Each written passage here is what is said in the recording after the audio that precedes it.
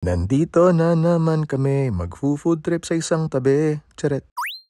Time check, 12:45 AM. Nagkabotohan kung pizza o chicken wings. 2 boto para sa chicken wings, 1 boto para sa pizza. Oh, pakain na si kuya. Pagpasok sa cashier kami rumekta, umorder kami ng 3 wings magkakaiba. Yan lahat ang inabot nila. Nagkalapagan na. Yan yung Chipotle barbecue. Yan naman yung Korean.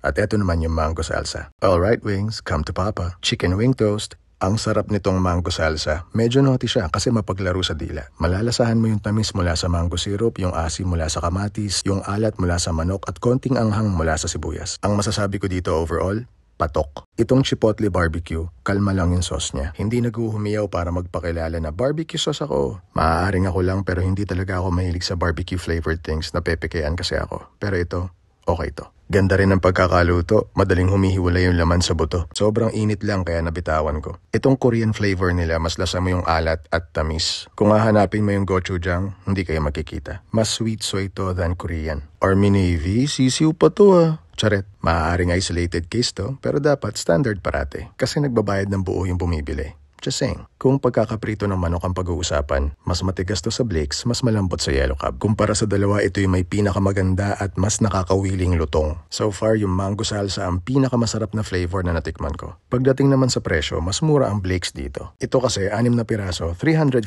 pesos. Sa Blake's, 12 piraso, 455. In my humble opinion, pag nagkayayaan mag-chicken wings ng alanganing oras, mas Army Navy ako kaysa Yellow Cab. Pero mas Blake's ako kaysa Army Navy. Nyarap!